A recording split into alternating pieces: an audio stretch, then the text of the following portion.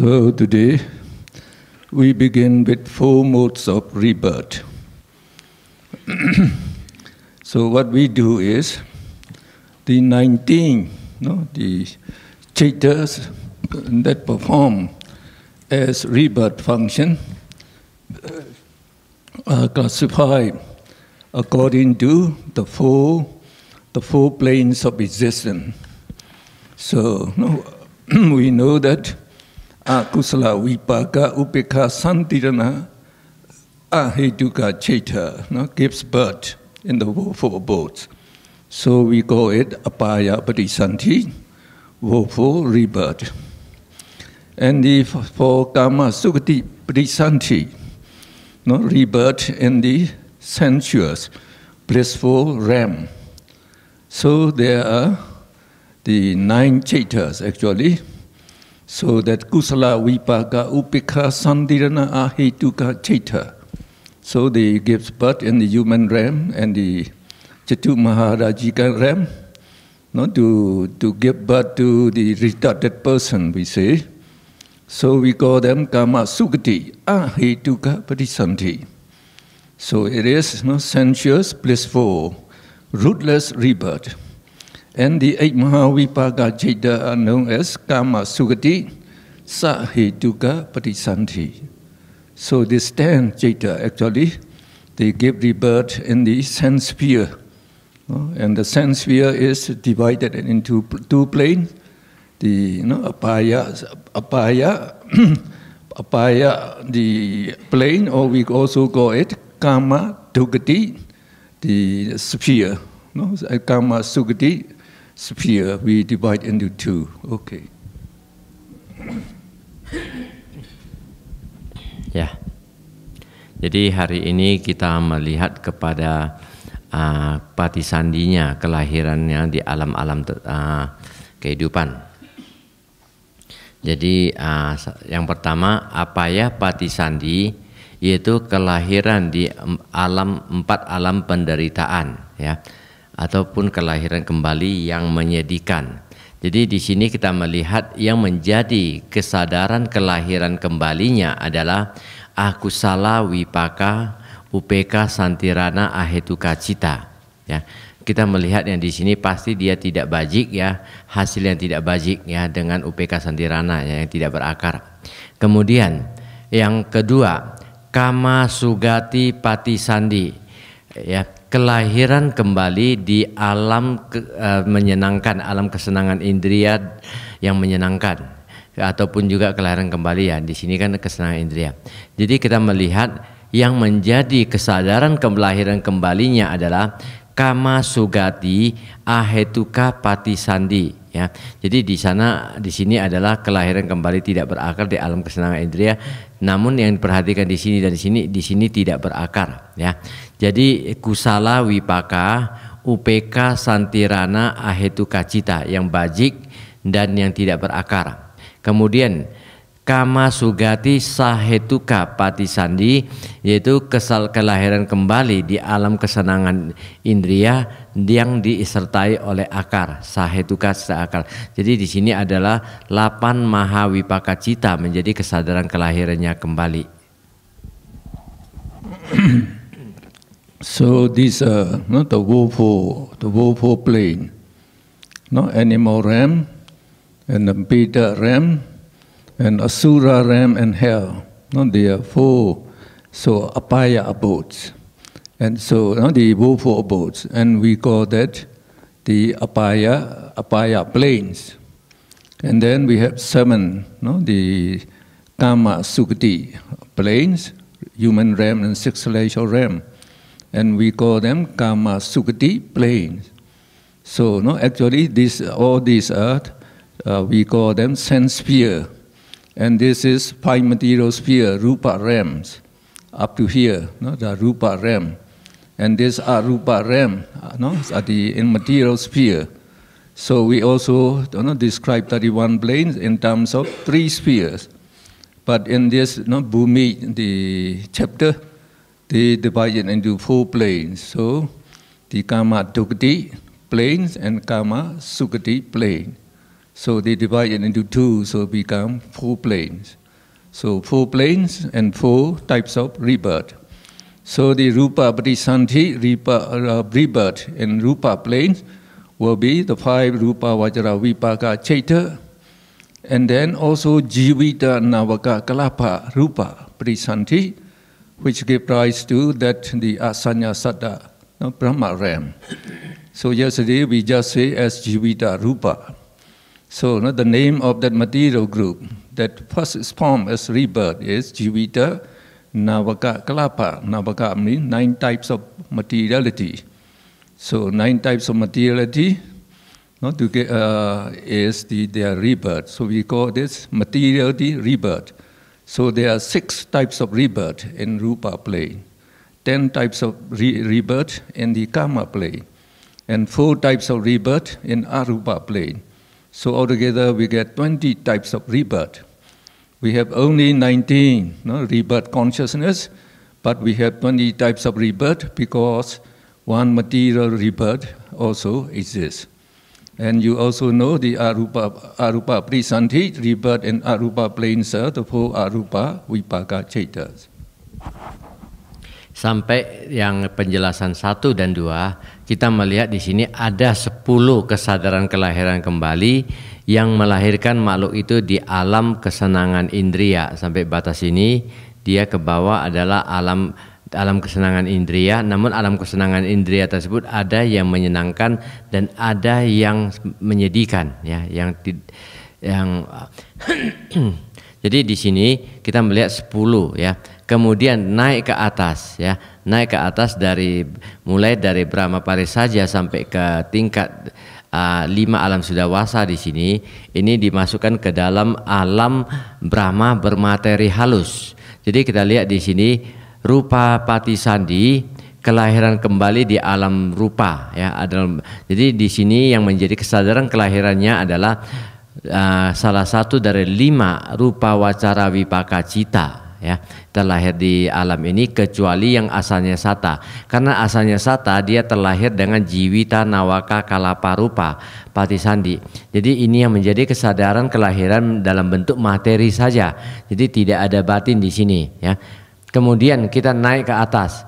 Naik ke atas kita melihat ada Arupa Patisandi kelahiran kembali di alam tanpa materi, yang menjadi kesadaran kelahirannya adalah salah satu dari 4 Arupa Wacara Vipaka Cita yang melahirkan mereka di alam-alam tersebut. So the next topic, persons and rebirth consciousness. So yesterday we divide all living beings into 12 types of persons. So the 4 apaya person, those 4 the people in 4 boats. So that is the Niriya, Tirichana, Peta, and Asura planes are born with only with this the Akusala Vipaka, Upika, Santirana, Ahituka Chaita. So we call this the woeful rebirth. Ya. Sekarang orang-orang dengan dan kesadaran kelahiran kembalinya. Jadi keempat orang-orang yang terlahir di alam penderitaan seperti di Niraya, Tiracana, ya, atau alam hewan, Peta, dan alam Asura, ya. Di sini mereka terlahir dengan kesadaran yang akusala, ya, akusala Vipaka UPK Santirana Cita, yang menjadi kesadaran mereka, tetapi yang dengan ahetuka di sini. Nah, jadi kita lihat di sini kesadaran kelahiran mereka adalah tidak bermoral, ya, tidak bajik di sini. So in this chart, this also show the rebirth of various the planes. So we say 4 apaya boats. Their rebirth consciousnesses are Akusala Vipaka, Upika Santirana Chaita, and that Chaita is known as Apaya Padisanti. Jadi kita lihat di sini 4 apaya, ya, yang akusala wipaka cita, di sini yang upeka santirana citanya merupakan kesadaran-kesadaran dari apaya patisandi, kelahiran kembali di alam menyedihkan. The next. So in the human realm and Jatu Maharajika realm, degraded human beings and the retarded, the deformed, or also degraded human beings such as those who are born blind, deaf, dumb, retarded, or deformed by birth, and also degraded earthbound deities, the devas, are born with kusala vipaka upekha santirana chaita. So we have two rebirth consciousness, upekha santirana chaita. So that is for the deformed person, retarded person. And in all the 7 sensuous blissful realm, so this human realm and 6 celestial realm. So normal human beings and deities, devas, are born with any one of the 8 Mahavipaka Chaita. Thus the 8 great resultant, that Mahavipaka Chaita, as rebirth consciousness, and then as life continuum, and then as death consciousness, everywhere in the blissful sense sphere. So we also write here, in the Kama Sukati realm, the whole deformed person, they are born by Kusala Vipaka Upekha Santirana Chaita. So we call it Ahituka Parisanti, rootless rebirth. So in these 7 Kama Sukati realm, so we are born with 8 Mahavipaka Chaita. Okay. So it will be called Kama Sukati, the Parisanti. Di alam manusia, ya, dan alam Catu Maharajika. Jadi manusia-manusia yang dengan keterbelakangan mental di sini, jadi artinya mereka juga yang rendah di sini, ya, seperti orang yang lahir buta, lahir bisu dan tuli di sini. Mereka juga adalah yang keterbelakangan mental retardasi di sini, ataupun cacatnya melalui kelahiran, di mana mereka juga ada juga dewa-dewa bumi yang lahir dengan keterbelakangan. Mereka lahir dengan yang kusala wipaka upeka santirana ahetuka cita. Nah, jadi kalau kita melihat di sini, ya, mereka adalah manusia dan dewa Catu Maharajika rendah yang kelahirannya itu tidak berakar. Jadi dia tetap kusala baji, bisa berlahir di alam kesenangan indera yang menyenangkan juga, aku sudah pasti kusala wipaka. Dia upeka santirana yang menjadi kesadaran kelahirannya yang tidak berakar, ya. Jadi di sini juga bisa dikatakan dia merupakan manusia atau makhluk hidup menyenangkan yang rendah. Kemudian kita lihat di 7 alam kesenangan indria, ya, di mana manusia normal, ya, dan para dewa yang terlahir di alam yang lebih tinggi, mereka lahir dengan salah satu dari 4 Mahavipaka Cita.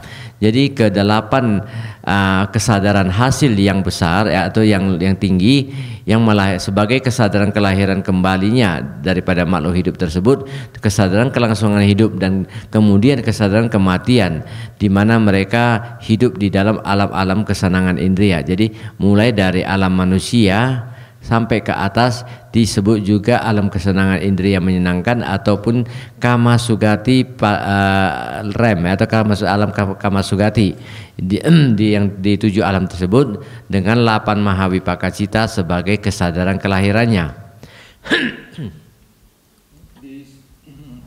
Look chart number 6 also, there you can see more clearly.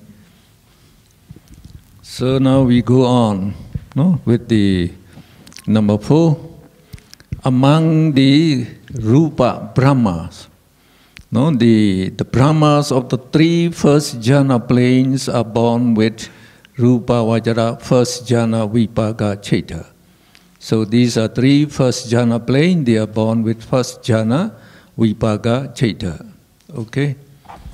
Jadi di antara alam-alam di Rupa Brahma, jadi di sini kita lihat 3 alam jana pertama, ya, di mana mereka adalah dilahirkan dengan rupa wacara jana pertama, ya, kesadaran wipaka jana pertama ada yang rupa wacara. Jadi di sini mereka terlahir di 3 alam tersebut yang pertama.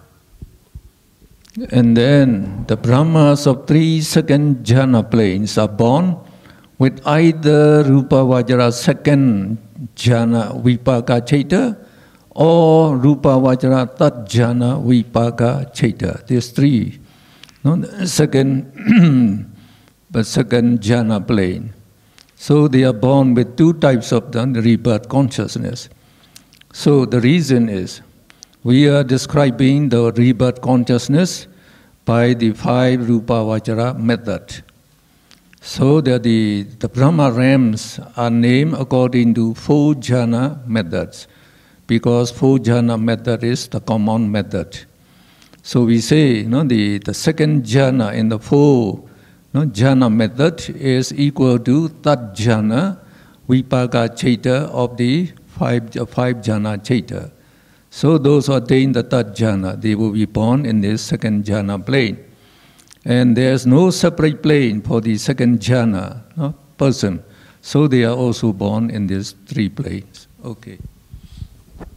Kemudian kita lihat, ya, 3 Brahma, ya, yang dimana terlahir di 3 alam jana kedua, di mana mereka terlahir dengan rupa wacara jana, ya, kesadaran rupa wacara jana keduanya, kesadaran hasilnya, di mana rupa wacara jana tiga rupa wacara jana tersebut menjadi kesadaran kelahirannya. Jadi kalau kita lihat di sini 3 alam jana kedua, ya, sebenarnya kalau kita melihat di pembagian daripada alam kehidupan berdasarkan 4 jana, metode 4 jana, sebenarnya untuk yang jana pertama dan jana kedua, mereka dimasukkan ke dari mana menjadi kelompok jana pertama, karena mereka pada saat itu menyingkirkan vitaka dan wicara bersama-sama pada saat orang bermeditasi pada umumnya. Namun ada orang yang dengan kebijaksanaan lambat mengeliminasi satu persatu. Jadi di sini karena umumnya mereka mengeliminasi secara bersama, ini untuk metode 4 jana ini dimasukkan menjadi jana pertama. Tetapi karena kalau kita melihat dengan perhitungan yang 5 jana, ini menjadi 1, 2 dan 3, 4 ya, kemudian ya di sini nanti masuk jana 5. Tapi sebenarnya kalau ini secara umum masuk jana 1. Jadi yang menjadi kesadaran kelahiran mereka di sini adalah kesadaran hasil jana kedua yang rupa wacara. And the Brahmas of the 3rd jhana planes are born with the 4th rupa vajra, 4th jhana vipaka chaita. Also in the 5 jhana method, the 4 jhana is equal to the 3rd jhana in the 4 jhana method, so they are born in 3rd jhana plane. And then the Brahmas of the 4th jhana planes, with the exception of Asanya Satta Brahma, they are born with Rupa Vajra, 5th jhana, the Vipaka Chaita. So the 4th jhana, the 4th jhana, these are 4 jhana planes. They are altogether 7, the 5th, so 4 jhana planes, they are. So, with the exception of Asanyada Brahma, they are born with the 5th jhana vipaka chaita, and for Asanyada Brahma, they are born with jivita navaka kalapa rupa. Jadi kita lihat di sini, kalau kita melihat ketiga, ya, kalau yang ketiga tadi dia kan ini. Sebenarnya di alam jana ketiga dia terlahir dari kesadaran jana keempat berdasarkan metode 5 jana. Tetapi kalau metode 4 jana dia sama, ya, sama dengan jana 3 masuk jana 3. Kalau kita lihat di sini di alam jana keempat dengan kecuali daripada asalnya sata, mereka adalah lahir dengan kesadaran hasil dari rupa wacara jana kelima. Jadi kita lihat di sini, kalau kita lihat kembali ulang secara singkat, untuk yang terlahir dengan kesadaran jana 1 dan jana 2 secara metode 4 jana, dia masuk lahir akan mendiami alam jana pertama. Kemudian untuk yang terlahir dengan kesadaran kelahiran jana ketiga berdasarkan metode 5 jana, dan dia akan menempati 3 alam jana keduanya, ya, 3 alam jana kedua. Kemudian bagi mereka yang terlahir dengan kesadaran hasil jana keempat, mereka akan menempati alam jana ketiga berdasarkan metode 4 jana, dan mereka yang terlahir dengan kesadaran hasil jana kelima, mereka terlahir di alam jana keempat berdasarkan metode 4 jana. Ya, jadi itu hanya pembagiannya saja. So, no, this would be 7 planes of 4th jhana. In your chart is correct. No, it should be the 4th jhana. And for arupa planes, the name of the plane and the name of rebirth consciousness they are the same. Akasanya Yatana Brahma are born with Akasanya Yatana Vipaka Chaita. Vinyananjayana Brahma are born with Vinyananjayana Vipaka Chaita. Akinchanyayana Brahma are born with Akinchanyayana Vipaka Chaita, and Neva Sanyana Sanyayana Brahmas are born with Neva Sanyana Sanyayana Vipaka Chaita. Tinggal kita masuk ke alam arupa. Alam arupa tidak terlalu sulit. Nah, kesadaran kelahiran dan buminya adalah sama. Ya, yang pertama kita melihat Akasanancaya Tanah Brahma, mereka terlahir dari kesadaran Akasanancaya Tanah Vipaka Cita. Winyanancaya Tanah Brahma terlahir dengan Winyanancaya Tanah Vipaka Cita sebagai kesadaran kelahiran. Akincanaya Tanah Brahma terlahir dengan Akincanaya Tanah Vipaka Cita. Dan kemudian Newasanya Nasanya Tanah Brahma, mereka terlahir dari kesadaran Newasanya Nasanya Tanah Vipaka Cita sebagai kelahirannya. Jadi ini semua sama. Sampai kemari kita mendapati adanya 19 patisandi yang namun menghasilkan 19 kesadaran kelahiran kembali, tapi menghasilkan 20 jenis daripada kelahiran. So the reason of some disagreement in the names of the rupa planes and the rebirth consciousness of Brahmas is that there are 2 ways of counting rupa jhana. Okay, you explain. So you please go to the table, in the next page. The table. Ya, oke, coba. You can explain what ya. Kembali ke teks tadi dulu ya. The table of the text. Not this text, the next page. Ya, oke, nggak apa-apa. Jadi kita lihat di sini kesadaran kelahiran kembali daripada manusia. Kita melihat bahwa dia adalah berdasar. Tadi sampai turun lagi, ya. Ya, ini kesadaran ya. Ya udah nggak apa-apa. Untuk 4 kesadaran alam penderitaan, ya tadi ya, sampai sana ya. Oke, kita lihat. Naik aja. Jadi di dalam kesadaran kembalinya seseorang ya. Jadi penamaan, di sini penamaan daripada alam-alam tersebut juga sebenarnya sama dengan kondisi di mana kelahirannya. Untuk kesadaran yang penamaan dari bumi di alam arupa ini sangat gampang. Di sini berdasarkan metode jananya dan juga metode dengan pembagian buminya ini agak berbeda. 5 jana membagi 4 bumi di sini. So on your book also we give this table. So your method of counting rupa vajra jhana. So this is 5 jhana method and this 4 jhana method. These are the jhana factors.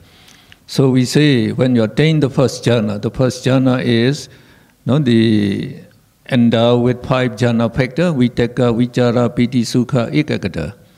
Both in the 5 jhana method and the 4 jhana method. The jhana have these 5 jhana factors, so they are identical. And the plane where they are born of the dead is also named as first jhana plane. Then now in the 5 jhana method, we eliminate vitaka to go to the second jhana, eliminate vichara to go to the third jhana, eliminate piti to go to the fourth jhana, and eliminate sukha to go to the fifth jhana. But in the fourth jhana method, after attaining the first jhana, now we eliminate vitaka, vichara simultaneously. So when you get the second jhana in the fourth jhana method, it contains only 3 jhana factor, piti, sukha, ekaggata, and it is equal to the third jhana of the 5 jhana method. Again, we eliminate piti to go to the third jhana and eliminate sukha to go to the fourth jhana, and the fourth jhana of the 4 jhana method is equal to the 5th jhana of the 5 jhana method. This is the common method. Now, only persons with very, the slow-witted person, we call them, they cannot eliminate vitaka, vichara simultaneously. They have to eliminate vitaka first and then only eliminate vichara. So, like most people, not just like most of the meditators, after attaining the first jhana, they can eliminate vitaka, vichara simultaneously to go to the fourth jhana. And in the Suttanta Pitaka, we describe all the jhana chaita by this 4 jhana method, because it is a common method. And also the jhana planes, the rupa planes are also named according to the 4th jhana method. Jadi kita lihat di sini tadi mungkin penangkapan karena agak kabur ya. Jadi di sini kita lihat makin jelas. Jadi 2 metode dari perhitungan rupa wacara jana. Jadi kita mengetahui faktor-faktor jana yang di sini memang adalah faktor-faktor yang ada ketika seseorang memasuki meditasi ke jana ya. Kemudian di sini 5 jana, 5 tingkatan jana berdasarkan metode 5 jana. Jadi di sini juga ada 4 jenis jana, yaitu jana 1 sampai 4 dengan metode perhitungan 4 jana. Di sini adalah alam daripada di mana mereka akan terlahir kembali setelah mereka mencapai tingkatan-tingkatan jana tersebut. Kita lihat, apabila seseorang mencapai jana pertama, ya pada saat itu dia mempunyai 5 faktor jana, vitaka, vicara, piti, sukha, ekaggata, 1, 2, 3, 4. Ketika mereka mencapai dengan 5 faktor jana tersebut yang muncul dalam meditasi rupa jananya, maka saat itu dia dikatakan mencapai jana pertama. Dengan lengkap 5 faktor jana lengkap, dia mencapai jana pertama. Ya, baik secara perhitungan 5 jana dia tetap jana pertama, perhitungan 4 jana dia juga masuk jana pertama. Otomatis kalau dia mempertahankan kesadaran tersebut sampai dia meninggal dunia, maka dia akan terlahir kembali di alam jana pertama dengan kesadaran kelahirannya itu kesadaran hasil jana pertama.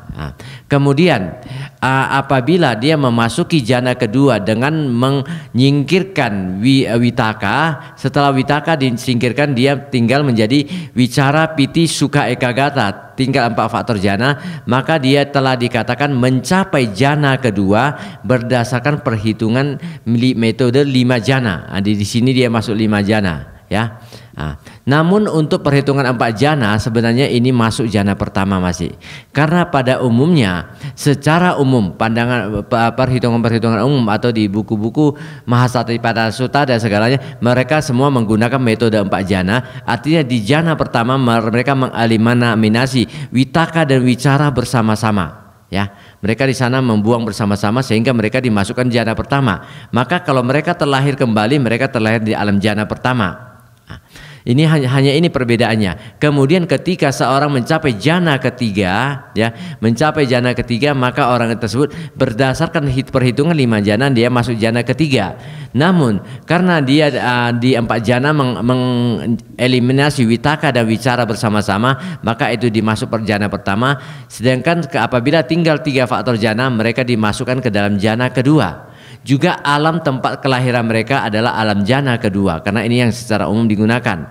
Kemudian ketika dia mengeliminasi piti, dia masuk jana keempat berdasarkan metode 5 jana dan jana ketiga berdasarkan metode 4 jana. Otomatis kelahirannya adalah di alam jana keempat, ya, alam jana ketiga, karena semua ini berdasarkan perhitungannya 4 jana. Kemudian apabila dia mencapai jana kelima dengan menggantikan suka menjadi UPK di sini, dia termasuk telah mencapai jana kelima berdasarkan metode perhitungan 5 jana, namun dia mencapai jana keempat berdasarkan metode perhitungan 4 jana, maka alam kelahiran kembalinya adalah alam jana keempat.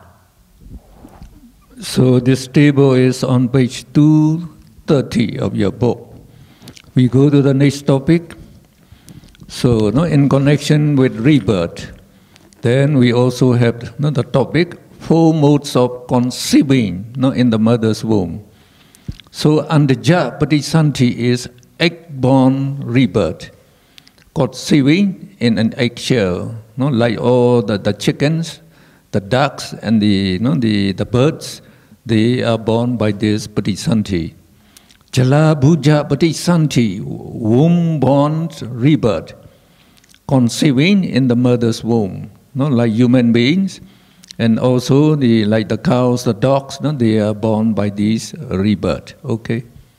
Tunggu ya. Kita mengenal ada 4 jenis-jenis kehamilan untuk kelahiran kembali. Jadi keempat jenis-jenis kalau daripada kehamilan tersebut, ada yang pertama kita sebut dengan Andija Patisandi, yaitu suatu bentuk kehamilan di dalam cangkang telur, ya. Jadi artinya mereka dilahirkan secara bertelur. Jadi di sini hamilnya itu di dalam cangkang telur. Jadi ini termasuk ayam, ya, burung-burung, bebek di sini semua masuk ke dalam kelahiran dengan Andija Patisandi. Kemudian Jalabuja Patisandi itu kelahiran yang melalui rahim seorang ibu. Jadi ini biasanya merupakan makhluk-makhluk manusia dan kelompok binatang yang masuk golongan mamalia, ya, yang menyusui. Jadi mereka terlahir di dalam rahim oleh Jalabuja Patisandi. So number 3, you move now. Number 3 is we call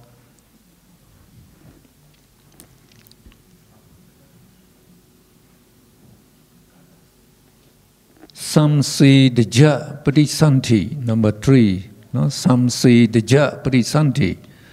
Moisture-born rebirth, conceiving in the hollow of a tree trunk, in a fruit, in a flower, in marsh, and then in stagnant water, and in corpses and carcasses, etc., like flies and the mosquitoes.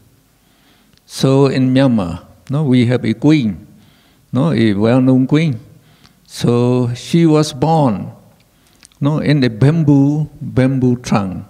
So when that big bamboo, when they cut it, so she was there. And she was very beautiful, actually, as a baby here, and she had to grow up. So we call, we have that, we call her Wiluvadi, the queen.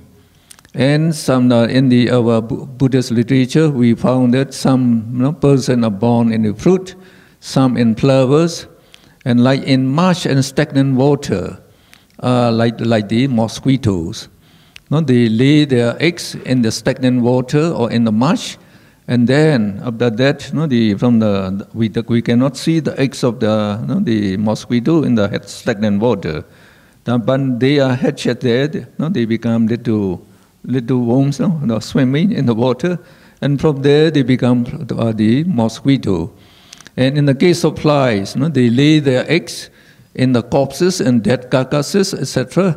And just like a white piece, just like a white piece, no shell. And from there you get the worm, and then from there they become flies. Yang ketiga, Samsedaja Patisandi, Jadi di sini adalah kelahiran dalam kelembapan di sini, ya.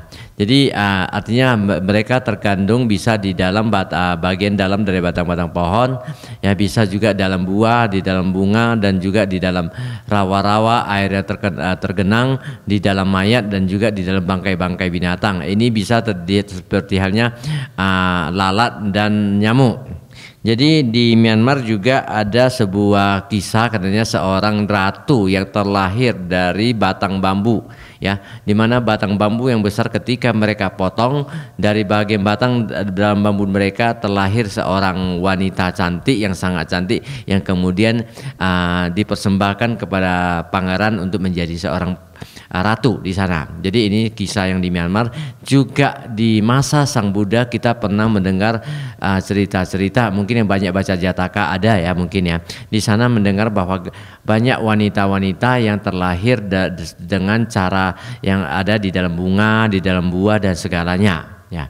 Jadi kalau yang terlahir di alam di daerah kelembapan, misalnya nyamuk misalnya terlahir di rawa-rawa, mereka bertelur di rawa-rawa, kemudian ketika telurnya menetas mereka menjadi jentik-jentik, baru kemudian menjadi binatang dewasa, nyamuk dewasa.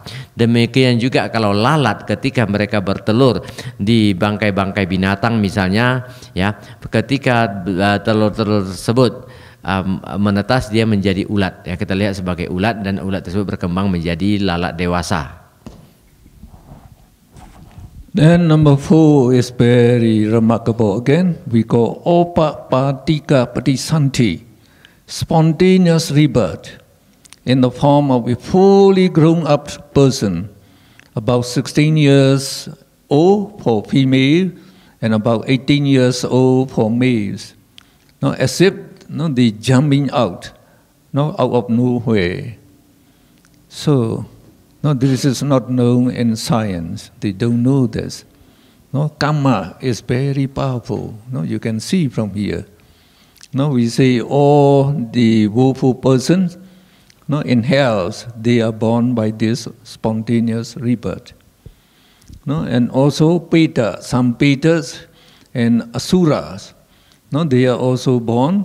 So either by the Jalabuja Patisanti that is conceived in the mother's womb, and also by Upapatika Patisanti. And animals are born by all the 4 kinds of the conceiving. So we are having new bacteria all the time, many new diseases. So they are born spontaneously, these things. And when we have the question, how are human beings start arising on earth? And up till now, actually, the science cannot give the explanation yet. It's satisfactory explanation. They give the explanation, like they call it, what is that? We call the theory of evolution. So what is that man who no, I think. So like that they are try to the prophecy, try to make the theory and not the real thing. So according to human beings, all living beings, including human beings, are first born by this spontaneous rebirth. So at the beginning of the world, and later by either Jalabuja Patisanti or Samsirija Patisanti. Okay, you try to explain it first. Ya, yang keempat tadi, ketiga ya, mulai ketiga dulu, turun dikit, yang melalui Samsirija Patisanti, udah ya. Nah, sekarang yang Opapatika Patisanti. Jadi Opapatika Patisanti adalah kelahiran kembali secara spontan. Jadi di mana dia terlahir dengan bentuk yang sudah cukup dewasa. Wanita bisa terlahir dalam bentuk dewasa 16 tahun dan lelaki muncul langsung dalam bentuk 18 tahun, dan bagaikan dia keluar begitu saja dari tempat yang tidak kita diketahui, muncul begitu saja. Jadi kalau kita melihat penjelasan di sini, bahwa makhluk-makhluk yang di alam penderitaan, ya, di alam neraka, mereka adalah lahir dengan opapatiga patisandi. Hanya ketika seseorang mati di alam kehidupan tersebut, manusia, mereka terlahir langsung. Jadi artinya di neraka mereka tidak lahir, harus melewati proses-proses lagi, langsung terlahir secara spontan menjadi kita yang sudah dewasa di alam penderitaan. Jadi itu nampak sudah dewasa, jadi mereka langsung menjalani hukuman di sana, ya, spontan. Kemudian alam makhluk-makhluk peta, ya, peta, hantu-hantu dan juga jin-jin di sini, ya, mereka terlahir dengan jalabuja patisandi dan opapatika patisandi. Artinya ketika mereka di sini telah menjadi manusia berbuat kejahatan, terlahir di alam peta. Kalau dia terlahir peta pertama, dia langsung menjadi hantu begitu saja. Tetapi kita ketahui banyak hantu-hantu atau jin-jin yang juga memadukasi, akhirnya mereka menikah dan punya anak. Ada jin yang punya anak, ya kan? Nah, jadi ini juga yang ada, sehingga mereka mempunyai 2 jenis kelahiran.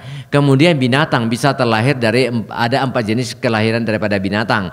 Ada yang tadi melalui telur, ada melalui kelahiran kembali, mamalia dan sekali dia, pokoknya 4 jenis daripada kelahiran ada pada binatang, ya. Jadi untuk manusia di sini manusia pertama yang ada di alam kehidupan tersebut, yang pertama terlahir dengan cara spontan. Mereka muncul ke alam kehidupan bumi tersebut dengan begitu saja. Kok enggak, bagaimana seorang manusia itu bisa muncul kira-kira?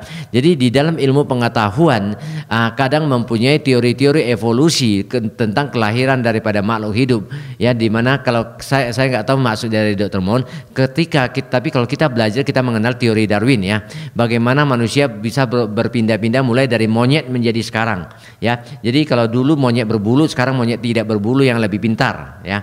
Yang ada kan berarti manusia, monyet tidak berbulu, kan. Jadi di sini teori-teori evolusinya, tapi yang beliau nggak tahu, mungkin ada orang lain yang menjelaskan teori-teori dari kelahiran kembali juga. And all celestial devas and brahmas, they are also born by spontaneous rebirth. So as like we say, all help denizens, and like all celestial beings, they are born by spontaneous rebirth. So we say human beings can also be reborn by spontaneous rebirth. And actually, at the time of the Buddha, there is one lady, very famous lady again. So in Vesali country, so there is a lady who was born by spontaneous rebirth, and her name is Ambapali. So at that time Vesali country is ruled by the Lichavi princes. They collectively ruled that in their the fruit garden. So in the mango tree. So this lady was born on the 2 branch there, midday. So the gardener, she's very beautiful, already 16 years old. So he tried to buy some clothing for her, and he went to the palace, and he gave to the princess. So the princess, she was so beautiful. There are 30 of them. They like to get them, but as they cannot share, they gave her. They appointed her as courtesan, they call it, courtesan at that time. So nowadays we call prostitute actually. So who wants to enjoy with her must pay $1,000 to enjoy for one day. So this lady, like even Bimbisara king, when he was young, he came to enjoy with this lady. As he was very rich, he can stay with her for one year, and then she gave birth to his son. And this son, when he became of age, that is 20 years old, he became a monk. Then when his mother is old and losing her beauty, so this son gave her the Dhamma talk, and she became a bhikkhuni, and then she became, by meditation, she became an arahat, and she can remember. She also attained supernormal power, remember all her past lives. So in the first past life, so there is many world cycles, by 91 world cycles ago like that. So she was the sister of the Buddha. She could donate to the Buddha and the Sangha, and she made a wish. May I be very beautiful in every the future existence. So whenever she was born, as human being, very beautiful, very beautiful. So in in another Buddha's time, so she became a bhikkhuni, and she followed. She was a new bhikkhuni in that monastery, and one evening they went to pay respect to a pagoda. So when they went round the pagoda, she had to follow from behind, as she was the youngest in Vasa. And in one place she stepped on on a sliver with phlegm. Then she made a remark, so spontaneous make a remark. Which prostitute have spat this phlegm? And nobody hurt her. So as we think that she didn't do any harm to anyone. But this phlegm was spat by the first, the foremost, the bhikkhuni. She was in her heart and she was old. And she made a cup and she didn't know the saliva has gone out. So she didn't clean it. Now when this Ambapali, she was not Ambapali yet at that time, step on that when she made the remark, which courtesan has said this? So it amounts to accusing that Arahat lady as a prostitute. So she was born as prostitute. This is the last time in the birth of Ambapali, 10,000 rebirth as prostitute. And she had to suffer in hell just by this remark. So we have to be very careful when we talk. So when we cause some abuse to the holy person, it amounts to very heinous, the bad karma. She had to be reborn in the boats because of this. And in another, this is I think this is in the Sikhi Buddha. She made it. And then when she came to the Kaspa Buddha, she also became a bhikkhuni at that time. And she became, and she made a wish. May I be born by spontaneous rebirth in my next existence. So when she was born in our Buddha's time, she was born by spontaneous rebirth. And still have to become a prostitute. Okay. Jadi ini bagaimana seseorang itu bisa terlahir secara spontan. Ya. Jadi di masa Sang Buddha, ya, di mana pada saat itu ada seorang gadis yang terlahir secara spontan di sebuah taman yang terlahir melalui cabang daripada pohon mangga. Jadi gadis tersebut bernama Ambapali, ya. Ambapali tersebut ketika itu terlahir dari batang pohon tersebut sudah menjadi seorang gadis berusia 16 tahun, ya. Jadi sangat cantik, dan kemudian oleh penjaga taman memberinya pakaian dan dibawa ke istana.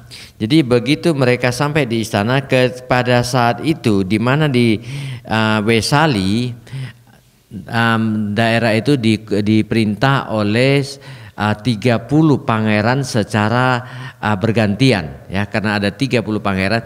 Jadi juga mereka juga melihat gadis Ambapali tersebut begitu cantik, diantar ke istana. Semua pangeran-pangeran tersebut tertarik dengan Ambapali, jadi semua ingin menyandingnya. Namun ya, karena semua mau, tidak ada satu keadilan kalau ini hanya disandingi oleh satu pangeran. Akhirnya mereka membuat sebuah aturan, udah, daripada kita ribut-ribut, ya berbagi aja deh, ya share aja di sini.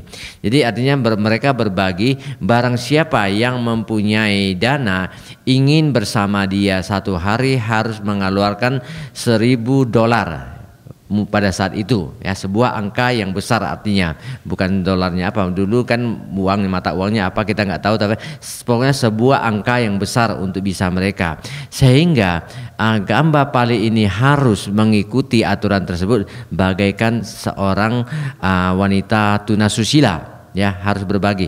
Bahkan pada saat itu Raja Bimbisara pada masa mudanya pernah bersama dengan hamba Pali selama 1 tahun. Ya, jadi ini semua berlangsung ketika gadis tersebut kemudian tumbuh menjadi sudah agak berlalunya waktu, ya, gadis tersebut sudah menjadi cukup agak tua juga, usia bertambah.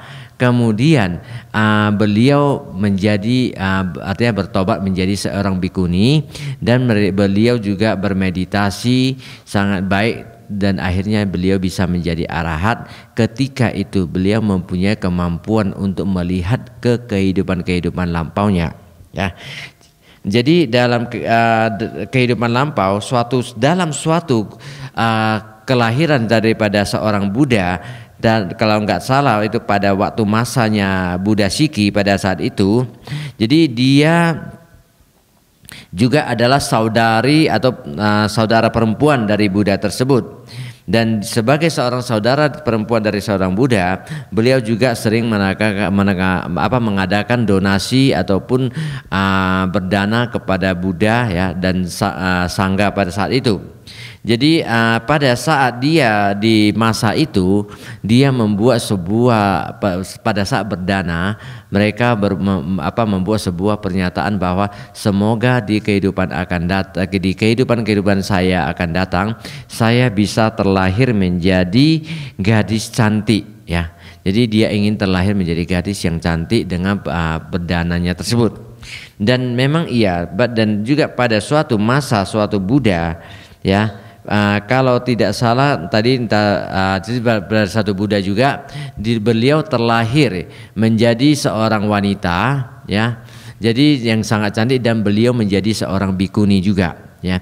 Jadi seperti biasanya para bikuni itu setiap pagi harus juga mengadakan penghormatan kepada pagoda dengan mengelilingi pagoda tersebut.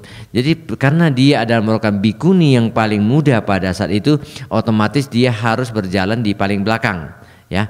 Jadi sewaktu mereka yang berjalan mengelilingi pagoda tersebut, tiba-tiba kakinya menginjak air liur ataupun bekas batu, ya, batuan yang ada di tanah. Kemudian beliau menginjak dahak tersebut. Ketika kaki beliau menginjak dahak tersebut, dia langsung secara spontan keluar sebuah ucapan yang tidak sopan. Dia mengatakan begini, kira-kira wanita tunasusila mana yang telah membuang dahak sembarangan di sini, nanya. Kan dia menginjaknya, dia menyampaikan pernyataan, padahal itu dia hanya spontan, tapi rupanya di dalam kelompok daripada para bikuni yang mengadakan pradaksina tersebut, ternyata yang wanita bikuni pertamanya, kepala bikuni yang sudah tua, ya, yang sudah mencapai arahat pada saat itu sudah tua, dia mempunyai kesehatan yang kurang, dia batuk secara tidak sadar. Orang kalau udah tua kan kadang batuk juga, dia dahaknya itu keluar tanpa sengaja, dia juga tidak menyadarinya. Karena yang diinjaknya adalah dahak dari bikuni tersebut, seorang arahat, ya. Jadi dia membuat sebuah cacian kepada seorang arahat. Ya, coba hanya sebuah cacian seorang arahat, ternyata setelah kehidupan itu kematiannya dia terlahir menderita di alam neraka, ya. Setelah keluar dari alam neraka, beliau terlahir menjadi wanita, ya wanita, karena di Buddha sebelumnya beliau pernah mengadakan sebuah tekad untuk selalu terlahir menjadi gadis cantik, ya kan. Maka pada saat itu juga dia terlahir sebagai gadis cantik. Selama 10.000 kelahiran dia senantiasa terlahir menjadi seorang gadis yang sangat cantik, dan selama menjadi gadis yang cantik tersebut dia selalu menjalani profesi sebagai seorang wanita tunasusila. Coba bayangkan, hanya sebuah ucapan yang tidak benar aja, caci maki yang tidak benar aja menyebabkan dia harus terlahir 10.000 kali kehidupan menjadi seorang wanita tunasusila. Nah, jadi karena pernyataan tersebut, kemudian setelah itu dia pernah juga menjadi biku. Dia juga pernah mengatakan sebelumnya, saya berharap suatu hari saya akan bisa terlahir secara spontan, ya Opapatiga Patisandi. Nah, di mana pada masa pada masa Buddha Kasapa kalau nggak salah, dia membuat pernyataan ingin terlahir menjadi secara spontan. Jadi pada zaman sang Buddha kita, Buddha Sakasagotama, beliau memang terlahir spontan di Wesali dan menjadi seorang hamba Pali yang sangat cantik. Ya, hamba Pali yang sangat cantik dan terlahir menjadi, ya juga menjadi wanita tunasusila, menjadi giliran daripada pangeran, ya. Setelah itu karena dia bertobat, yaitu dia menjadi biku, akhirnya menjadi arahat. Coba ini kan bentuk-bentuk daripada contoh kelahiran kembali secara spontan, ya. So the next topic is lifespans of beings. No, woeful beings in the four woeful abodes, they do not have fixed lifespan. No, they have to suffer like in hells in accordance with their karma. So their lifespan differs according to their evil deeds. Some are short-lived and some are long-lived. So during the Buddha's time, there's a monk by the name of Tessa, and when he was his sister donated him a new set of robes, and he wanted to wear it, but he fell ill, and even when he was ill, he was always thinking, when I was well, I will wear this robe, he said. But he died, and because of the attachment that robes, he became a flea, a flea in that robes, And then the other monks who lived together with him, they say now as the Tessa had passed away, his belongings are now belong to the Sangha. Well, we distribute among us. So you take like the bow, you take the lower rope, I would take the upper rope, etc. Then that flea was shouting, "This is my robe, I won't give you, I won't give you." But they don't hear. But the Buddha heard, by the supernormal power, he came. He said, "Don't distribute these the things yet. You wait for 7 days." So the Tessa's the lifespan, the flea's lifespan is only 7 days there. So after that, the flea died and reborn in another place. And then the Malika, Queen Malika, he is the very beloved queen of the King Kosala, and she made many marriages together with King Kosala. But when she died, she was born in the Avicii hell. When she died, so King Kosala wants to know, that as he loved the Malika very much. And like that, they said in the literature, Malika and King Kosala had been husband and wife for 700 previous existences. So he was very fond of this Malika. So he wanted to know where Malika was born. So he thought, oh, my wife would be born in celestial realm. To make sure I would go to the Buddha. So he used to go to the Buddha every day, actually, King Kosala. He revered the Buddha very much, with the intention of asking that. But the Buddha knew about his intention, and the Buddha also knew Malika was an Avicii. So with his supernormal power, he made the King Kosala to forget to ask the question. So he went back to the palace. Only then he remembered, oh, I forgot, I will go again the next day. Again, the Buddha make it to forget. So for 7 days, no, he forgot to ask this question. So only on the 8th day, so the Buddha allowed him not to ask the question. Then the Buddha said, your Queen Malika was now in the two-seater ram. He was very happy. So, not the reason that she made one mistake, and we would say, one day when she went into the bathroom to take a bath, a dog also followed her, and she had enjoyed sex with the dog. So after bath, when she came out, the dog followed her. And then the king saw her from the palace. Why you and the dog came out together? Then she make a lie again. Well, you have the wrong vision. I came up alone. So as she, the stubbornly, said like that very often, so the king excused her. So because of that, the bad karma, she was born in the Avijji hell. But as she have done great meritorious deeds, so one of that, the very strong good karma, rescue her. So only 7 human days she have to suffer and rescue her. So she died from there. She was reborn in two-seater ram. Okay. Ya, sekarang kita melihat kepada usia ya daripada makhluk-makhluk hidup. Jadi kita melihat yang pertama ya. Individu-individu yang terlahir menyedihkan di 4 alam penderitaan, mereka tidak mempunyai batas usia yang pasti. Jadi mereka menderita di alam penderitaan tersebut berdasarkan karma mereka. Jadi batasan daripada usia di sini berbeda-beda sesuai dengan karma buruk yang diperbuatnya. Jadi beberapa ada yang hanya dengan mempunyai waktu yang singkat dan beberapa ada waktu yang panjang.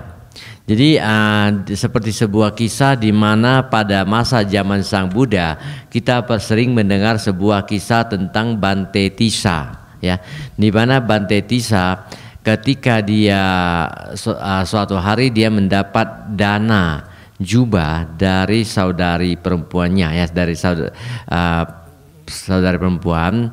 Jadi pada saat itu jubah tersebut sangat cantik dan beliau memegangnya. Namun setelah itu beliau menderita sakit. Dalam kondisi sakit dia juga berpikir, ini jubah dana daripada saudari saya akan memakainya kalau nanti saya sehat, ya kan? Dia mempunyai sebuah keinginan itu, namun ternyata Bante Tissa kemudian meninggal dunia. Ya, pada saat meninggal dunia beliau karena kemelekatan pada jubah, akhirnya ia terlahir kembali menjadi seekor kutu yang berdiam di jubah tersebut. Jadi setelah dia di sana, para biku, teman-teman biku di sana mengatakan, yang mulia Bante Tissa sudah meninggal dunia, semua jubah dan patah segalanya kita sudah boleh berbagi-bagi untuk masing-masing mengambil satu bagian. Jadi pada saat itu Bante Tissa yang terlahir menjadi seekor kutu berteriak-teriak, jangan mengambil barang saya. Ini jubah pemberian kakak saya, katanya. Jadi para biku tentu tidak bisa mendengarkan pada saat itu. Namun Buddha dengan kekuatan supranaturalnya dia bisa mendengar permintaan daripada Bante Tissa yang menjadi kutu. Jadi kemudian Buddha datang mengatakan kepada para biku, ini barang-barangnya Bante Tissa jangan dibagi-bagi dulu. Nanti setelah 7 hari baru. Jadi memang kutu tersebut hanya mempunyai usia 7 hari, kemudian dia mati dan terlahir di alam bahagia. Jadi ini menunjukkan bahwa batas usia daripada sebuah makhluk hidup kan 7 hari aja, ya, kutu pendek. Juga ada kisah daripada Ratu Malika, ya, di mana Ratu Malika merupakan permaisuri daripada Raja Kosala yang pernah menderita di alam Avijji untuk 7 hari, ya. 7 harinya alam waktu alam manusia. Jangan 7 harinya waktu alam tawatimsa, mati kita setengah mati nanti 700 tahun ya kan. Nah, jadi 7 hari alam manusia di alam avicii karena beliau pernah melakukan sebuah kesalahan. Padahal selama hidupnya Ratu Malika banyak berbuat kebajikan-kebajikan. Namun karena sebuah kesalahan kecil beliau terlahir di alam penderitaan. Jadi dalam kisahnya Ratu Malika bersama dengan Raja Kosala sebenarnya dalam 700 kehidupan sebelumnya mereka sudah pernah menjadi suami istri ya, yang saling mencintai selama 700 kehidupan. Maka Raja Kosala juga sangat mencintai Ratu Malika dalam hal ini. Jadi setelah kematian daripada Ratu Malika, Raja Kosala ingin mengetahui di mana gerangan permaisuri tercintanya terlahir kembali. Ya, dia berpikir saya hanya bisa menanyakan kepada Sang Buddha. Maka dia kemudian pergi mengunjungi Sang Buddha. Sang Buddha mengetahui apa yang ada di benak daripada Raja Kosala. Sang Buddha membuat sebuah keadaan di mana bagaikan Raja Kosala lupa akan pertanyaannya. Ya, datang kepada Buddha kemudian pulang lagi. Begitu pulang Raja Kosala teringat, tadi saya lupa menanyakan ke istri saya. Dan Raja Kosala bilang esoknya dia pergi lagi. Buddha membuat beliau lupa lagi sampai 7 hari dia buat lupa. Ya, baru hari ke-8 ketika Raja Kosala mendatangi Sang Buddha, Buddha membiarkan dia bertanya. Pada saat itu dia bertanya, Buddha, di mana permaisuri Malika sekarang terlahir kembali? Karena kebajikan-kebajikan yang dilakukan setelah dia terlepas dari alam neraka, dia terlahir lagi kembali di alam surga Tusita. Ya, jadi mengatakan permaisuri Anda ada di surga Tusita. Raja Kosala sangat gembira karena dia juga yakin istrinya kan banyak berbuat kebajikan, pasti terlahir di alam bahagia. Namun memang dalam kehidupannya Ratu Malika pernah melakukan sebuah kesilafan di mana pada suatu hari beliau ketika pergi mandi, seekor anjing masuk ke dalam kamar mandi secara tidak sengaja. Di sana sempat terjadi suatu tindakan asusila yang menyebabkan sebuah perbuatan salah. Kemudian pada saat keluar, Raja Kosala melihat dari atas, tiba-tiba melihat istrinya, kenapa ada seekor anjing mengikutinya. Jadi dia bertanya kepada Ratu Malika, kenapa demikian? Ratu Malika mengatakan, Anda salah melihat ya. Anda lihat saya rasa silap, bukan, Anda salah. Jadi karena Raja Kosala juga sangat mencintai istrinya, dia juga ya tidak mempunyai pikiran buruk. Ya udah, ya memang mungkin saya salah lihat ya. Jadi terakhir hal tersebut kedua kali Ratu Malika membohongi Raja Kosala. Jadi 2 kesalahan terjadi. Kedua kesalahan tersebutlah yang menyebabkan dia terlahir di alam neraka avicii selama 7 hari. Ya, jadi makanya kalau bisa sebuah kesalahan kecil, kesalahan-kesalahan yang tidak perlu. Ya, apalagi kita belajar dhamma punya orang, apabila janganlah kalau bisa sedapat mungkin kita mengurangi ya yang bisa menyebabkan kesadaran tidak bajik itu muncul. And Devadatta would have to suffer in hell, in avicii hell, for an aeon because he committed not the worst evil action that is causing a schism in the order of bhikkhus. Okay. Devadatta di sini ya, dia harus menderita begitu lamanya. Eon itu berapa asangkaya kalpa ya, pokoknya suatu hitungan waktu yang sangat panjang di alam penderitaan dengan akibat karma buruknya yang begitu serius menyebabkan perpecahan di dalam kelompok sangga ya. Jadi ini sebuah hukuman yang sangat luar biasa panjang. So human beings also do not have fixed lifespan. So the lifespan of human being, what they say here, rises from 10 years to uncountable years, and then falls back to 10 years again. So in this chart, this is the lifespan. The lifespan of various beings. And for human beings, we give here also the full kappa. Kappa is the long period, it's called the kappa.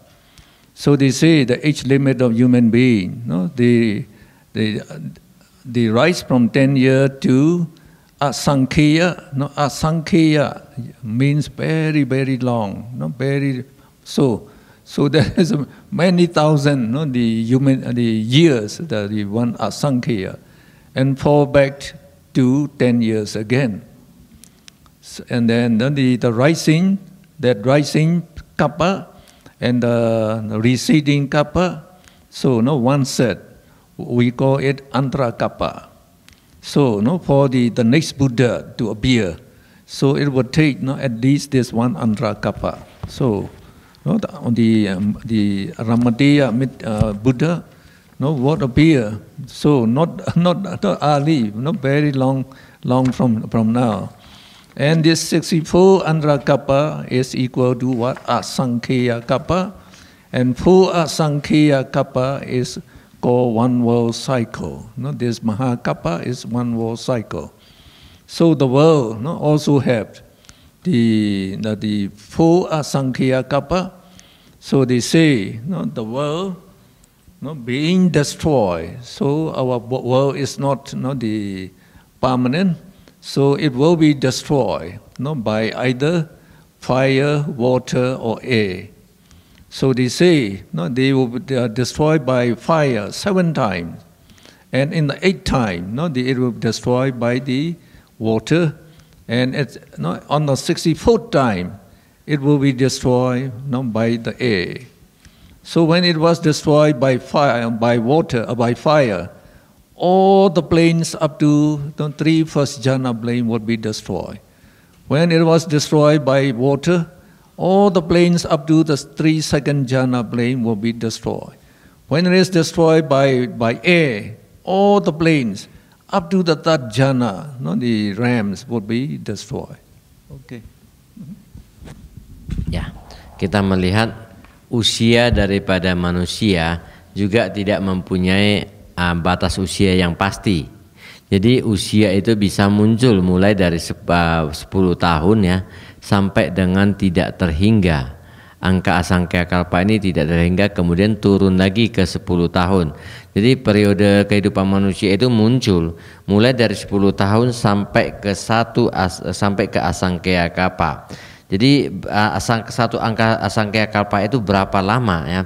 Suatu waktu yang tidak dapat kita hitung. Kemudian di atas ditulis ada ayu kappa. Ya, ini kita tidak tahu berarti dari 10 tahun menjadi 1 asankya kalpa, 1 asankya kalpa menjadi 10 tahun, ini yang disebut dengan ayu kappa. Jadi antara kemunculan daripada kappa-kappa tersebut dan kembalinya kappa-kappa tersebut, berjalannya kappa, di sini ada yang dikatakan dengan antara kappa ya. Kemudian 64 antara kappa sama lagi dengan ini sama dengan asankya kalpa. Jadi ini sebuah angka-angka yang ketika kita lihat agak sedikit membingungkan ya. Bagaimana tadi 10 menjadi asankya kalpa menjadi 10 lagi disebut satu ayu kappa. Ayu kappa menjadi antara kappa menjadi asankya kalpa masih menjadi mahakappa ya. 4 asankya kalpa menjadi mahakappa. Jadi kita lihat dalam 4 asankya kalpa tersebut ya. Ini sebuah angka sebenarnya kalau kita hitung nggak tahu gimana hitungnya. Jadi selama itu dilihat bahwa alam semesta tersebut akan mengalami kerusakan ya, akan mengalami kesukaan selama 1 asankya kalpa, kehancuran, kemudian akan berdiam dalam kondisi kehancuran selama 1 asankya kalpa, dan untuk terbentuknya lagi selama 1 asankya kalpa, dan setelah terbentuk dia berlangsung juga untuk 1 asankya kalpa. Ini yang disebut dengan 1 siklus alam semesta. Berarti kalau berdasarkan ini kita melihat 1 siklus alam semesta itu sama dengan 4 asankya kalpa. Nah, jadi kalau kita melihat dalam 4 asankya kalpa tersebut, pada pertama kali akan terjadi kehancuran daripada dunia alam semesta tersebut pertama kali oleh api ya. Nah, sebanyak 7 kali kemudian akan dihancurkan oleh air pada kali ke-8 ya. Jadi selama ini jadi untuk tersebut kemudian di tingkat ke 64 kalinya dia akan dirusak oleh air. Jadi kita melihat pada saat dia dirusak oleh api ya, disebutkan bahwa semua alam semesta tersebut akan mengalami kehancuran sampai tingkat jana pertama ya. Sampai tingkat perjalanan pertama tersebut alam semesta tersebut akan dihancurkan oleh api. Please go up to number 3. So the earthbound deities and degraded asuras, also they don't have fixed lifespan. And then the devas and brahmas in celestial planes have fixed lifespan. So here we describe lifespans of this 6 celestial realm. So the Chatu Maharajika realm, the lowest celestial realm, so their lifespan is equal to 500 celestial years. And in human years, it is equal to 9 million years. And in Taotimsa, lifespan is 100,000 Taotimsa years, and equal to 36 human years. So as you go up, so the lifespan double in celestial years, and they are quadruple, 4 times increased in the human years. So we give the reason for this. We say a celestial day in the Chatu Maharajika realm is equal to 50 human years. And a celestial day in Taotimsa realm is equal to 100 human years. And as you go up, so their day becomes the 2 times the longer and longer. And then also their lifespan in celestial year is also double as you go up. So that's the reason why the age in human years increases by 4 times. You just try to remember, this one, Chatu Maharajika, lifespan is 500 Chatu Maharajika years, and then 9 million human years. So to know the lifespan of the higher realm, you just multiply by 2, and here you multiply by 4. Okay. Usia hidup daripada para nomor 3 dewa-dewa bumi ya, dan juga asura yang rendah, mereka juga tidak mempunyai yang di mana mereka disebutkan hidup di dalam alam Chatu Maharajika rendah ini ya, dewa-dewa bumi. Jadi mereka tidak mempunyai waktu hidup yang pasti juga. Namun para dewa dan Brahma mereka sudah mempunyai waktu hidup yang pasti. Ya, di alam Chatu Maharajika para dewa di sana mempunyai usia 500 tahun. Ya, ke 500 tahun daripada usia daripada alam dewa. Sorry, saya menggantikan karena dia mau ke toilet. Want to go toilet? Yes. I change my new one. Sorry ya. Di alam Chatu Maharajika usianya adalah 500 tahun dewa. Kemudian alam Tawatimsa mereka memiliki usia 1000 tahun dewa. Yama 2000 tahun dewa, Tusita 4000 tahun dewa, Nimararati 8000 tahun dewa, Paranimita Wasawati 16000 tahun dewa. Namun tahun dewa di sana adalah tahun dewa di alam mereka. 500 tahun Chatu Maharajika itu kita equal dengan 1 harinya di alam sana itu 50 tahun manusia. Nah sama juga Tawatimsa 1000 tahun, tapi 1 harinya itu adalah 100 tahun manusia. Yama 1 harinya di sana 200 tahun manusia, dan seterusnya akan dikali-kali 2. Jadi dengan demikian kita mendapat perkaliannya bahwa 500 tahun itu dengan equalnya 1 hari ada 50 tahun manusia, kita dapat 9 juta tahun manusia untuk alam Chatu Maharajika, dan setiap kenaikan 1 alam mereka kali 4. Gimana kali 4? Karena di sana tahunnya double jadi 1000. Kemudian harinya juga double. Harinya mereka 1 hari jadi 100 tahun. Jadi kali 2 lagi, jadi kali 4. Setiap kenaikan satu alam dewa itu umurnya tuh dari 9 juta jadi 36 juta, 144 juta tahun, 576 juta tahun, 2304 juta tahun, dan 9216 juta tahun manusia. Itu masing-masing kenaikan satu alam dari dewa. Sehingga dikatakan dewa itu memiliki usia hampir di manusia itu boleh dibilang kekal. Namun masih ada batas waktu usianya. Can you go up? Please go up, go up, go up, go up to the next table. Go up, go up. No? So, okay, we go this here. So the lifespan of Brahmas are also given here. No, so it is better to look from here. So we say, no, the 3 first jhana planes. So the Brahma Parisajja, no, realm, no, their lifespan is no 1/3 the Asankhya Kappa. And the Brahma Purohita, so it should be 1/2, no, half Asankhya Sappa, 2/3, no, Asankhya Kappa is mentioned here. And the Mahabrahma, no, they have the lifespan only 1 Asankhya Kappa. Because when the world destroyed, no, up to here is destroyed, and only when the world, no, the reform, this 3 first jhana planes also reform, as no, the world can exist only for 1 Asankhya Kappa, so their lifespan, no, is also 1 Asankhya Kappa. Okay. Ya, sekarang kita melihat umur dari para Brahma. Brahma itu ditentukan berdasarkan jana-jana. Nah, biasanya pada dunia akan hancur oleh api, itu jana pertama dari semua Brahma ini akan ikut hancur. Ya, jana di dunia ini terbagi dari Brahma Parisajja, Brahma Purohita, dan Mahabrahma. Masing-masing Brahma Parisajja memiliki usia 1/3 Asankhya Kappa.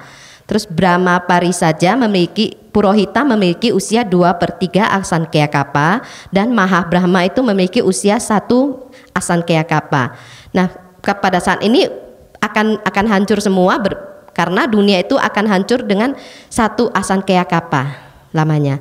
Jadi sama ini umurnya ini memungkinkan mereka itu ikut hancur pada yang pertama hancur oleh api. For not 3 second jhana plane. So Pritaba 2 war cycle, Apamaba 4 war cycle, Apasra 8 war cycle. When you go to the third jhana, not the 3 plane. So Prita Supa 16 war cycle, 32 war cycle, 64 war cycles. And then, no, so again, no, they have the 64 cycle, because we say, no, the earth would be destroyed, no, when after 64 war cycle by air. So that's why they have only when it is destroyed by air, up to the third jhana planes will be destroyed. So they have the lifespan only 64 years. When we come to the fourth jhana plane, so their lifespan are very long. We have Pla, 500 war cycle, and this Asanya Satta, and we have Pla here. So they have 500 war cycle, and for this, the Suddhavasa Ram, the life size span rises from 1,000 to 16,000. And then for the Arupa Ram, they have longer lifespan because Arupa Jhana, they have the greater concentration. So their lifespan begins with 20,000 war cycle, 40, 60, and 84,000 war cycle. So if you become a Arupa Brahma, you will live for very, very long time. You think you will never die. Ya, sekarang kita mulai dengan jana kedua. Jana kedua ke atas, ya berarti ya Brahma Paristaba, Brahma Apamanataba, dan Brahma Abasara. Mereka memiliki usia masing-masing 2 siklus dunia, Apamanaba 4 siklus dunia dan Abasaraba 8 siklus dunia. Kemudian di alam jana ketiga para Brahmanya yaitu Paritasubha 16 siklus dunia. Dengan Apamanasubha mereka memiliki usia 32 siklus dunia. Kemudian Abasara 64 siklus dunia. Nah, dikatakan bahwa dunia ini memiliki usia 64 siklus dunia, sehingga pada saat dunia yang terakhir itu dunia akan hancur oleh angin. Angin itu akan datang kali ke-64, sehingga dikatakan dunia kalau terhancurkan oleh angin sampai jana ketiga semua para Brahma juga akan ikut hancur bersama-sama dengan ini karena ada siklus dunianya. Kemudian pada alam Brahma 4, Asana Sata dan Wehapala mereka masing-masing memiliki usia 500 siklus dunia. Asyanat Sata sama ya. Kemudian Awiha 1000 siklus dunia, Atapa 2000 siklus dunia, Sudasa 4000 siklus dunia, Sudasi 8000 siklus dunia, dan Akanita 16 siklus dunia. Yang ini tidak akan terhancurkan oleh angin sekalipun. Sama dengan Arupa. Arupa itu mereka memiliki usia yang sangat-sangat panjang. Bahkan mereka memulai Akasanancayatana saja sudah 20.000 siklus dunia. Winyanancayatana 4.000 siklus dunia. 40.000 siklus dunia. Akincananchayatana 60.000 siklus dunia. Newasanya nasanya yatana mereka memiliki 84.000 siklus dunia. Nah, pada saat ini usianya sangat-sangat jauh ya. Mereka memiliki usia yang sangat tidak terduga, sehingga mereka menganggap mereka tidak pernah mati. Mereka kekal gitu. Padahal ya usianya ada. Sampai itu mereka akan turun kembali. Karena alam arupa itu biasanya dia turun, gak pernah dia bisa mencapai karena tidak ada pencapaian di sini. So we finish describing destruction of the world. So we go to the next topic. So not yet. The above there we have. No, we say is 4 kinds of karma. So 4 kinds of karma. So please look at your book. So it's I think 236. Karma Chatuka. And 236 in your book. So that's some person they like to know about karma, how karma bear result. And actually the operator of this the computer, he wanted to know, and I didn't see him now. Mr. John. John, isn't it? Yes. No, he didn't come yet. Just ask Mr. John.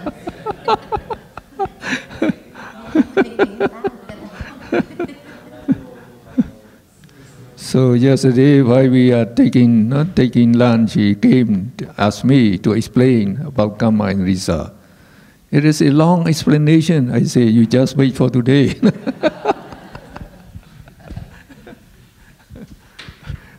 Okay, we begin. The karma. So in the Sanskrit, they call karma. So literally means, literally means just action. So, but not all the actions they have karma property. Only volitional action had karma property. For example, if you walk on the road, you step on the ants, kill them. You have no intention to kill them, so that does not give rise to karma. Only if you have the intention to kill, and you exert the effort to kill, and the animal or the living being really dies, then we say it gives rise to volitional, the karma, volitional action. Now we can perform action in 3 ways. That is the bodily action and verbal action. Now I am doing verbal action, teaching the Dhamma, and also mental action.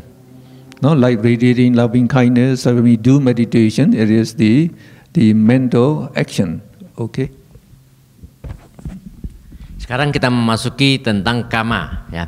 Teman kita Pak John ingin tahu kenapa dia bisa terlahir gendut, kama apa yang menyebabkannya sebenarnya, ya. Tapi dia nggak tahu kemana, ya. Pada saat orang berbicara kama, dia pergi tidur pula kan, apa kamanya nggak tambah gendut dia ke depan akan datang kan. Oke, jadi ada 4 jenis daripada kama di sini, ya. Kita sebut juga dengan kama catuka. Jadi kama catuka yang dikatakan kama dalam bahasa Sanskrit itu berarti karma, ya.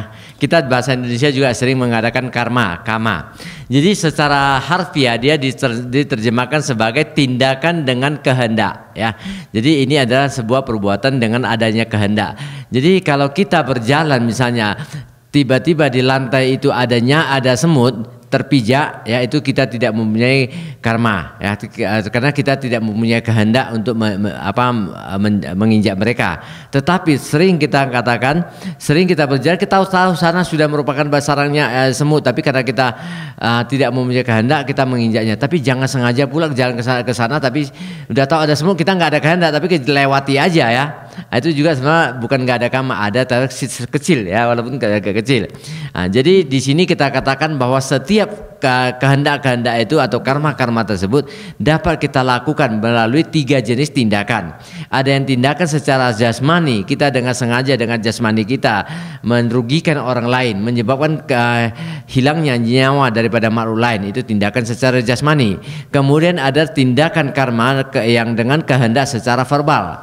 Ketika kita berbicara, ya, kita dengan mulut kita menghina orang lain, itu juga sebuah tindakan kama buruk yang tidak baik yang dilakukan secara verbal, ya. Dr. Moon hari ini beliau memberikan abhidhamma kelas kepada Anda. Beliau sudah melakukan perbuatan bajik secara verbal sehingga Anda bisa memahami kama.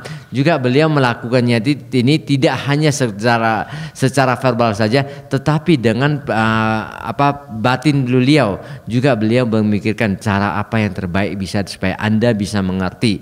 Ini juga sebuah tindakan kama baik secara batin yang sudah dilakukan. Jadi ada 3 tindakan kama yang bisa kita lakukan, ya. So as our bodily movements and the verbal movement and our thoughts are controlled by the mind through mind-born materiality, so is it the mind that performs the action? So the Buddha wants to know the real cause that perform the action, and when we talk about the Chaitanas, so I already explained to you about the striking a mosquito. Remember, it's a mosquito, they bites you, say in the forehead, you become painful, and you get angry. So when you get angry, dosa, mula, chaita arise. So dosa, is the most destructive element, we say. So it demands, now this mosquito must be killed. But dosa cannot bring about the killing action. So it is the chaitana, which associate with the dosa, become angry chaitana. So chaitana sets the intention, we must kill this mosquito. And again it prompts, its associated mental factors and the chaita to perform their respective action to accomplish the killing action. So we say the chaita, by chaitaja rupa, mind-born, the consciousness-born materiality, it moves the hand and swing the hand and smash the mosquito dies. So we say, who kills the mosquito? You should be able to answer. I already taught you. Now you forgot it again. So we say, the hen, you smash the mosquito, you are the killer. So the hen said, I cannot move by myself. You just put me down, I just stay here. And it is the chaita that moves me. I don't know what I'm doing. So you say, the chaita, as you move the hand, you will be the killer. So we say here, the chaita, is just the awareness of sense object. And it does not give the order or direction to kill the mosquito. And it is the volition chaitana which prompts the citta and its concomitants, that is citta-seeker, to perform the action. So Cetana is responsible for killing, not the mosquito. So the Buddha, he said, "O monks, it is no volition, Cetana, that I call karma. As soon as Cetana to kill arises, you perform the action, either by body action or by verbal action or by thought. So the Cetana is karma," the Buddha said. Okay. Jadi sekarang kita lihat jasmani ya dan juga verbal mulut ya. Di sini mereka tidak dapat melakukan tugasnya hanya dengan keinginan mereka. Ya, mereka hanya bisa digerakkan melalui oleh batin di sini, ya, di mana cita melalui cita jarupanya, materialitas hasil batin ini yang menggerakkan mereka. Jadi seperti tadi Dr. Moon kembali bercerita tentang nyamuk yang menggigit Anda, kemudian karena rasa sakit daripada gigitan tersebut, kemudian kesadaran itu menyadari kesakitan tersebut, maka muncul kemarahan karena adanya persekutuan dengan faktor mental yang marah, di sini dosa. Namun dosa tersebut dia tidak bisa membunuh nyamuk dengan sendirinya. Ya, munculnya dosa tersebut, kemudian ada suatu kondisi di mana dia kerasa sakit tersebut ingin menghalau ataupun membunuh nyamuk yang telah menimbulkan rasa sakit. Namun pada saat itu dia tidak bisa melakukan apa-apa. Ya, hanya karena dia hanya menyadari keberadaan daripada objek. Kemudian cetana, ya, cetana atau kehendak itu muncul dan menggerakkan semua faktor-faktor mental yang bisa mendukung cita itu untuk menghasilkan cita jarupa, untuk menggerakkan tangan. Jadi kehendak itu mengumpulkan suatu kehendak yang sangat kuat, ya, mendorong cita dan faktor-faktor mental untuk menghasilkan materinya, menggerakkan tangan. Sekarang nyamuknya mati terbunuh, ya. Nah, setelah nyamuknya mati terbunuh, anak istrinya menuntut kepada Anda, kalian telah membunuh suami saya, katanya. Papa saya mati karena tangan kamu. Dia tanganku ngomong, saya tidak membunuh suami kamu, ya.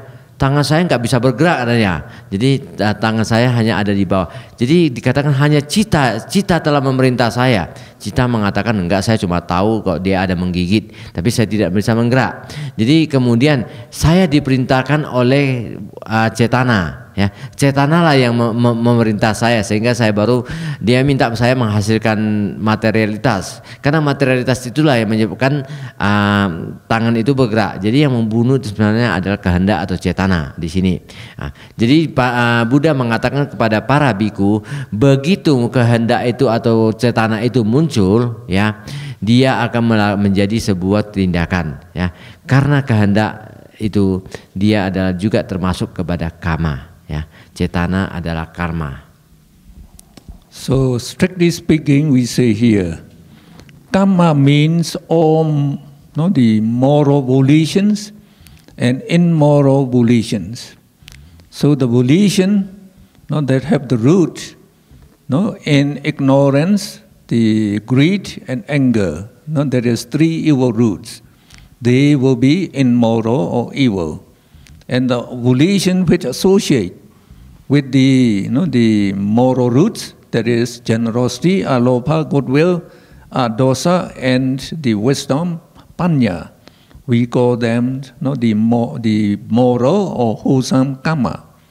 So in other words, the 12 akusala cetana, that is the 12 cetana that associate with 12 immoral minds. They are the evil karma, and the cetana that associate with 8 mahakusala cetana, 5 rupa vajra kusala cetana, and 4 arupa vajra kusala cetana are moral cetana, moral karma. So moral karma. So only the immoral minds and the moral minds, they have karma property, we say, because the cetana associated with them the amounts to karma. So there will be 12 types of immoral karma, and 8, 5, 4. If you add up, you get 17. So 17 moral karma. Okay. Nah, sekarang kita lihat. Dikatakan bahwa kama tadi atau cetana tadi adalah secara langsung kita bisa mengatakan kama berarti semua kehendak-kehendak atau niat yang bermoral ataupun tidak bermoral. Sebuah niat atau kehendak memiliki akar pada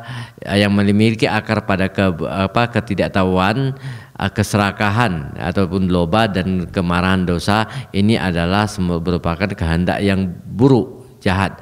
Jadi kehendak-kehendak yang ditemani oleh kemurahan hati, ya, loba, keinginan yang baik, niat yang baik, dosa dan kebijaksanaan atau panya adalah bajik di sini. Jadi dengan kata lain di sini ada hadir 12 cetana yang tidak bajik dan ada 8 cetana yang baik dan 5 cetana yang ditemani oleh kesadaran-kesadaran jana yang baik, kemudian 4 dengan kesadaran arupa jana yang baik di sini. Jadi total kita di sini melihat ada 12 kama, 12 jenis cetana yang tidak baik, dan ada 8 tambah 5 tambah 4 ada 17 cetana-cetana yang bajik. Now Cetana and its concomitants mean associated, the Citta and Cetasikas. They perish soon after performing their respective purposes or functions. But before they perish, they leave their karma property in the Citta stream, in the mental stream. And the karmic property is the potential karma, which will produce its due effect in some proper time, and the effect will fall on the doer himself. Okay. Jadi kita ketahui bahwa cetana-cetana yang bersekutu dengan faktor-faktor mental penyertanya di sini yaitu cita dan cetasika yang di luar daripada cetana tersebut, ketika mereka padam atau berakhir setelah melaksanakan tugas masing-masing, sebelum mereka padam mereka akan meninggalkan properti atau bentukan-bentukan kama mereka di dalam arus daripada kesadaran tersebut. Jadi kama properti tersebut adalah merupakan sebuah potensial kama yang berpotensi untuk menghasilkan akibatnya dalam pada saat yang sesuai, dan efek tersebut akan juga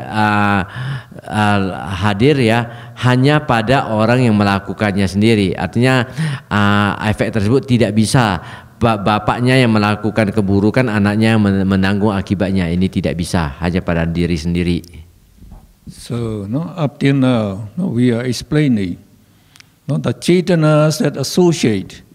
So can you put on the Citta chart, please, for just a moment?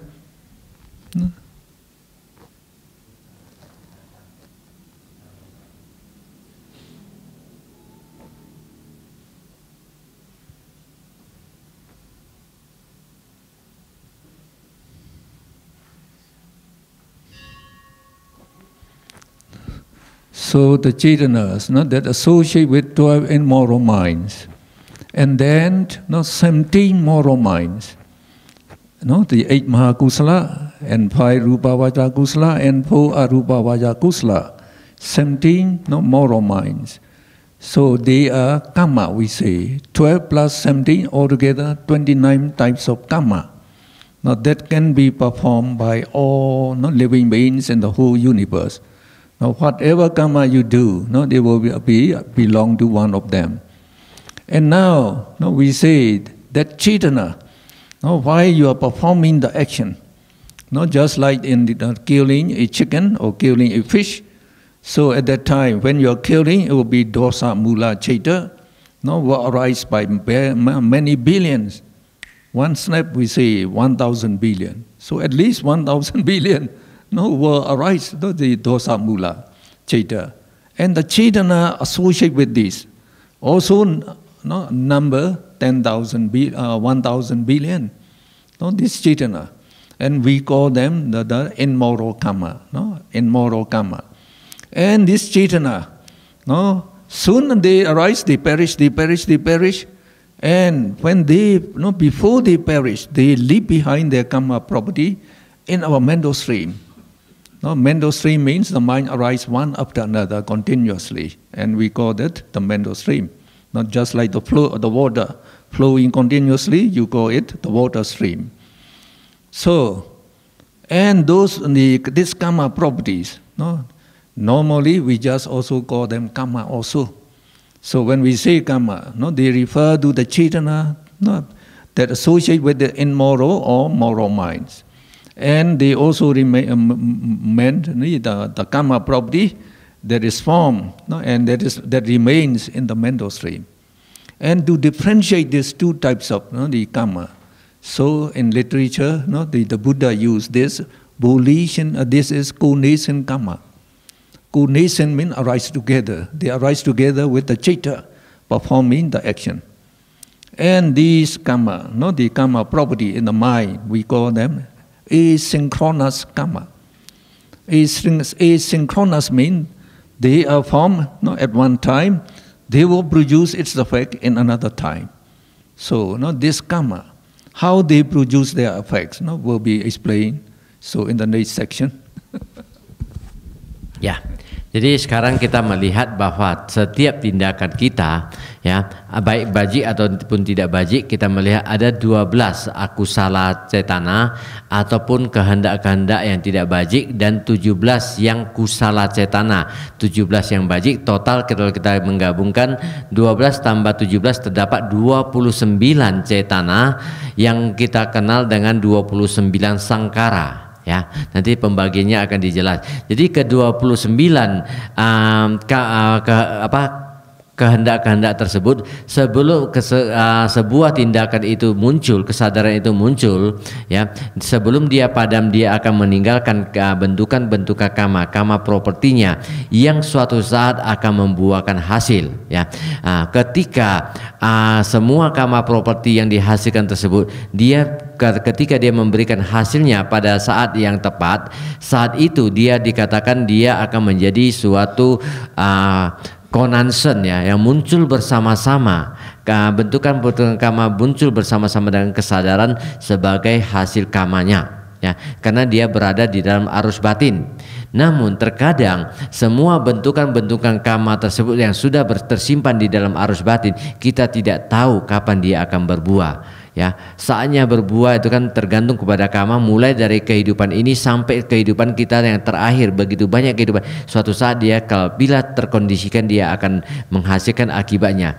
Jadi karena ini dia kemunculannya ini tidak menyadari kapan dan kondisinya dengan bagaimana, sehingga disebut dengan bentukan karma yang tidak sinkron, asinkron karma. Jadi di sini kita mengetahui bahwa karma itu nanti bagaimana berbuahnya. Sebentar lagi setelah istirahat kita masuk, kita lihat bagaimana cara karma berbuah.